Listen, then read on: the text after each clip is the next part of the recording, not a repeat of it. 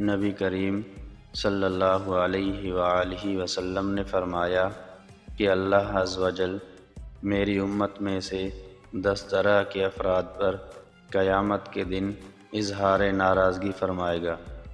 اور ان کو جہنم میں ڈال دینے کا حکم فرمائے گا،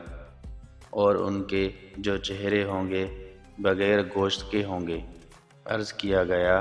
یا رسول اللہ صلی اللہ علیہ وآلہ وسلم، وہ کون سے 10 لوگ ہوں گے؟ تو آپ صلی اللہ علیہ وآلہ وسلم نے فرمایا، 1 بوڑھا زانی، 2 گمراہ پیشوا، 3 شراب کا عادی، 4 والدین کا نافرمان، 5 چغل خور، 6 جھوٹا گواہ، 7 زکوٰۃ نہ دینے والا، 8 سود خور،